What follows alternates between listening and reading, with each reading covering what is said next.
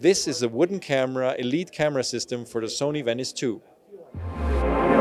This is a CineD Gear News video, supported by B&H and CVP. Hi everybody, my name is Nino from CineD and I'm here at NAB 2023 at the Wooden Camera or Creative Solutions booth, and I'm here with Dominic from Creative Solutions. How are you?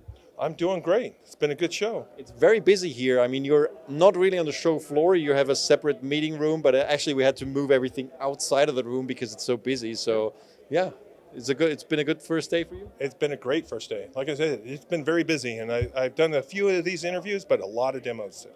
So you're a very experienced guy when it comes to rigging design, and Wooden Camera just grabbed you a while ago to do some new stuff. What do we have here? So right now we have the new VENICE 2 accessories.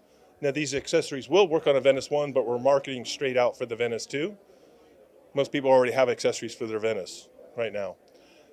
This kit is a kit that I took a lot of time in trying to think of all of the different types of situations that a camera is going to be used in. And I'd like to say, out of all my time of doing accessories for cameras, that this is probably one of the most thought out set of accessories that I've ever done for a camera system. What makes it special?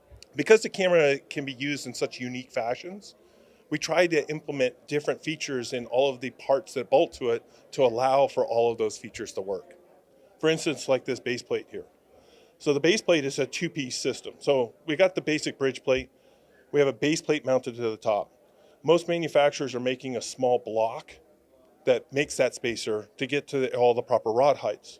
This is a two-piece design, and what that allows me to do is separate the camera off easily and without tools.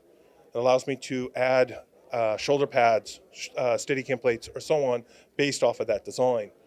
It's also, since it's the full length, it adds a lot of stability to the design. We added a second set of rod clamps to the back, allowing users to actually run longer rods. That way, if they clamp with two clamps, you have less chance of rod rotation on the back. Because the sensor block is removable on this, there's 2 points on the bottom. There's 2 screws that have to be pulled out. We actually have holes through the bottom of that. We have access holes that allows you to remove those screws without having to take the base plate off. We also make a little storage location to put those screws at the bottom of the base plate so you don't lose them because they're not used in the Rialto mode. The faceplate itself has also changed. We actually made a cage where side rails are added to the camera that do not attach to the base or to the top plate. So this can be used completely independently? Completely independently, and it can be used just as on the Rialto by itself. This cage, you take out the 4 screws on the faceplate, which hold the sensor block into place. You replace it with this cage that squeezes the sensor block and everything together. Now you have a full cage wrapped around that. When converting to a Rialto mode, when you're removing that and popping it in, your cage system is transferring over into the Rialto. Now you don't have to build a separate cage around the Rialto. All of your rod mount attachment points, if you had lens motors and stuff already attached to the faceplate, it's all transferring over. So you have less of a setup time from transferring from mode to mode. That's one of the biggest goals that we've done. The last thing that we did is on the top plate. This is the lowest designed top plate that has come out to date from any manufacturer, and we're the only manufacturer that actually is utilizing the dovetail that's on the top of the VENICE body. So this whole system slides off and on without any tools. If a customer has a specific shot that they want to added security on that, when this is installed, there's 4 bolt hole locations that align with the holes on the camera that allows you to bolt that down as well as be on the dovetail. So if you're doing car rigging and you need added security for that, we gave that to you. And then the last part is the ultra handle system. And that is just a clean modular system.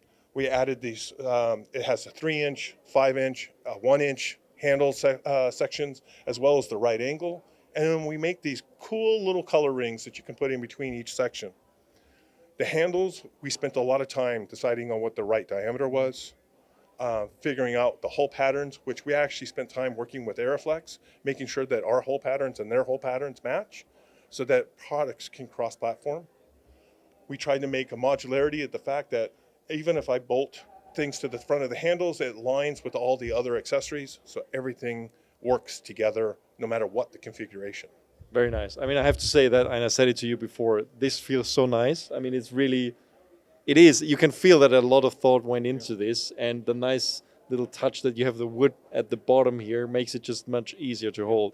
And I personally like, I mean, I know I work a lot with long lenses on, like concert productions and theater productions and stuff like that with a full frame sensor. And this is important because at the back, this is exactly, like some DPs like to actually pan holding the head, which I also do. Like, nobody actually uses this because it introduces some wobble. Mm-hmm. But if you have a big lens on it, this is very useful to, you like to grab it by the V mount, which can be wonky with some cameras because you can pop it off. But this is nice to just turn it around like this. So the designs of the handles are actually a modification of a design that I started back in 2013 when I worked for a different company, which was designed to be very similar to what was called the Hollywood handle on film cameras, especially the Panavision cameras. It was an area where an operator or an assistant could grab the camera for added security when moving it or for when operating. So adding this type of feature on the back came from that. It actually came from the film world, and it just transferred over into the digital world. It's a little different in the fact that it goes down through the center of the camera as opposed to being offset.